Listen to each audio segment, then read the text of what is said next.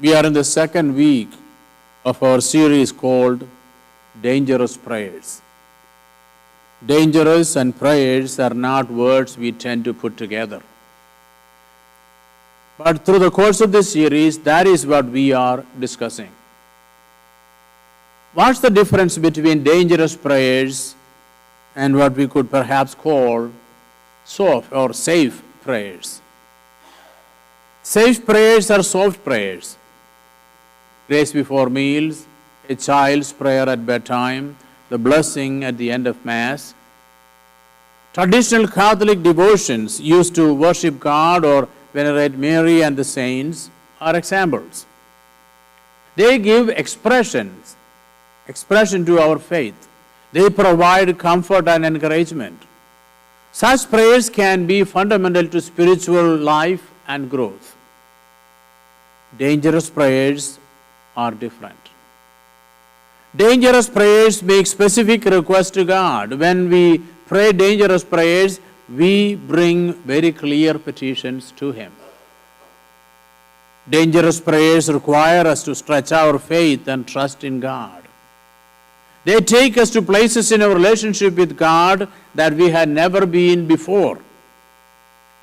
Dangerous prayers rely on God's power and presence. We expect to hear from God. Dangerous prayers mean you are all in. They are cries from the heart that connect with the deepest desires of our heart.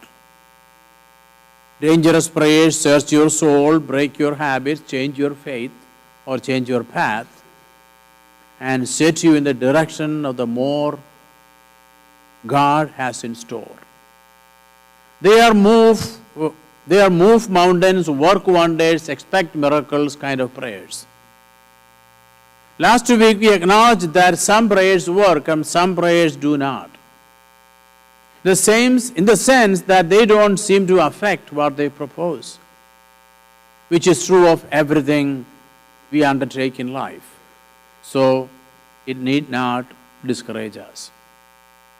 During this series, we are going to focus on praying more skillfully, more powerfully, and more effectively. Last week, we also challenged you to identify one dangerous prayer that you could focus on during this series. A prayer that needs God to come through to make it happen. We read about prayer like that in the 10th chapter of the Gospel of Mark that we just heard.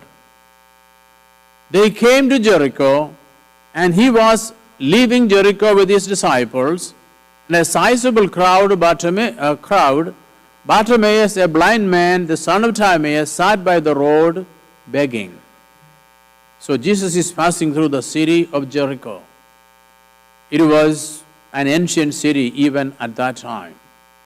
And a crowd of people were following him. All the commotion would have tended to drown out a poor man begging on the side of the road. As a blind man, Bartimaeus was destined for a life of poverty.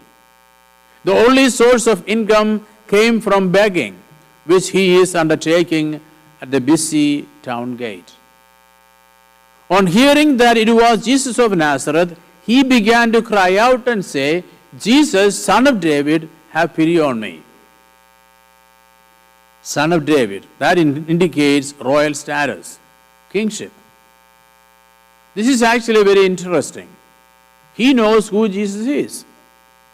The blind Bartimaeus is, it seems, the only one in this whole crowd who recognizes Jesus as Lord and King. Effective prayer first does that. Recognizes and acknowledges who God is.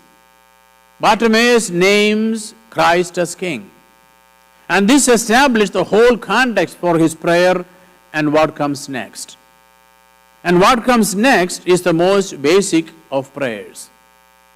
Jesus, Son of David, have pity on me. Pity or mercy.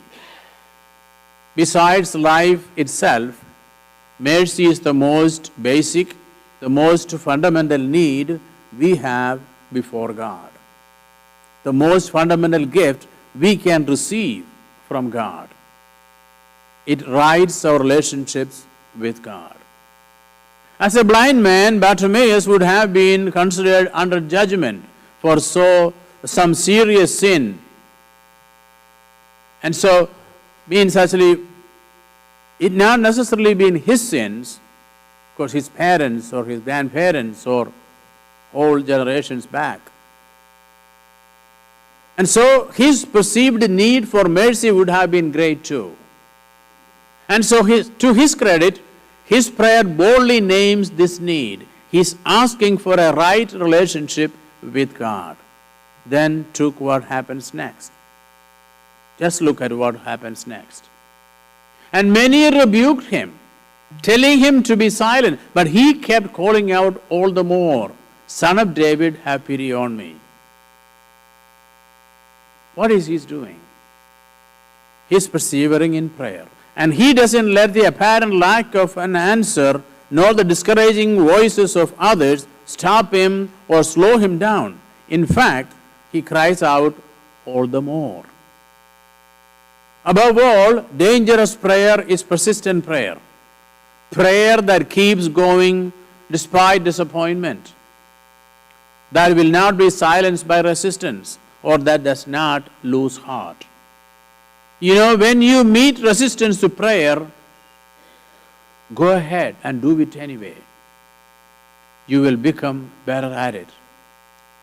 You will become stronger through it, and prayer will become easier. And make no mistake, meeting and dealing with resistance in prayer is part of the process. Bartimaeus doesn't quit crying out, and look what happens as a result. Jesus stopped and said, call him.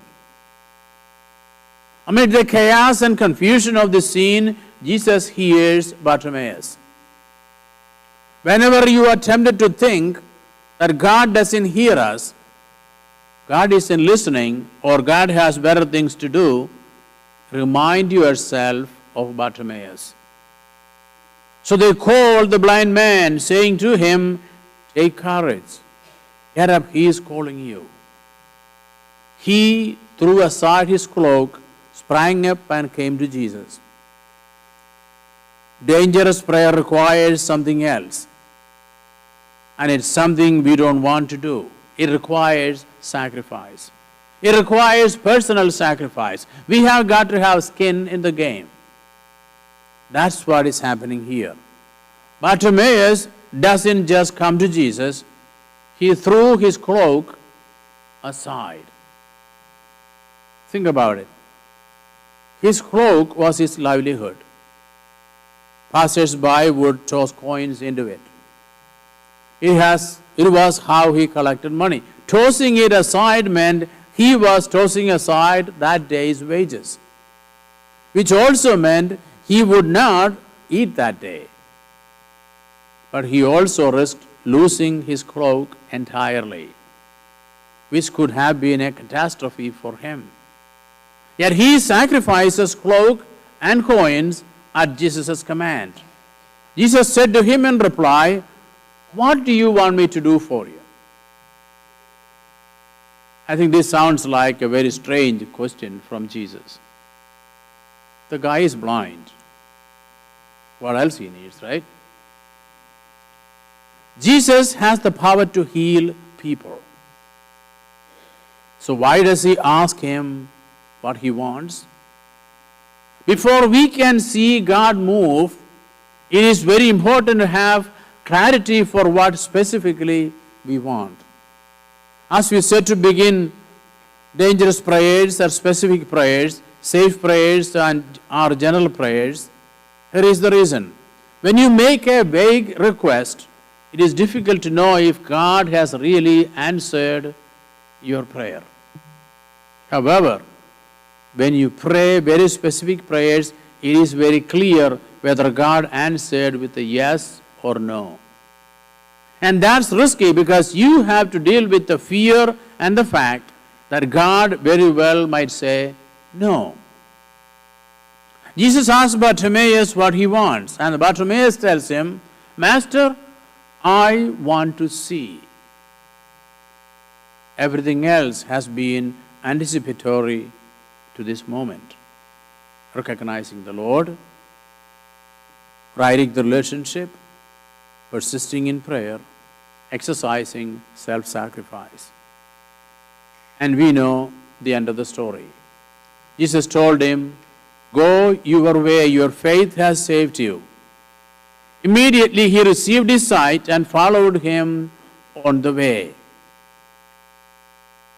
Oh, that's a nice story if it really happened, but so what? What's it got to do with us? The same Jesus who healed Bartimaeus back in Jericho still does. The point of this story is not just to tell us who Jesus was, but who he is. What he did, but what he does. Healing happens. Not everywhere and for everyone. But it happened for Bartimaeus back in Jericho that day, and it could happen for you right here today. Our faith tells us healing happens. It's true, not everywhere for everyone. And that certainly doesn't seem fair.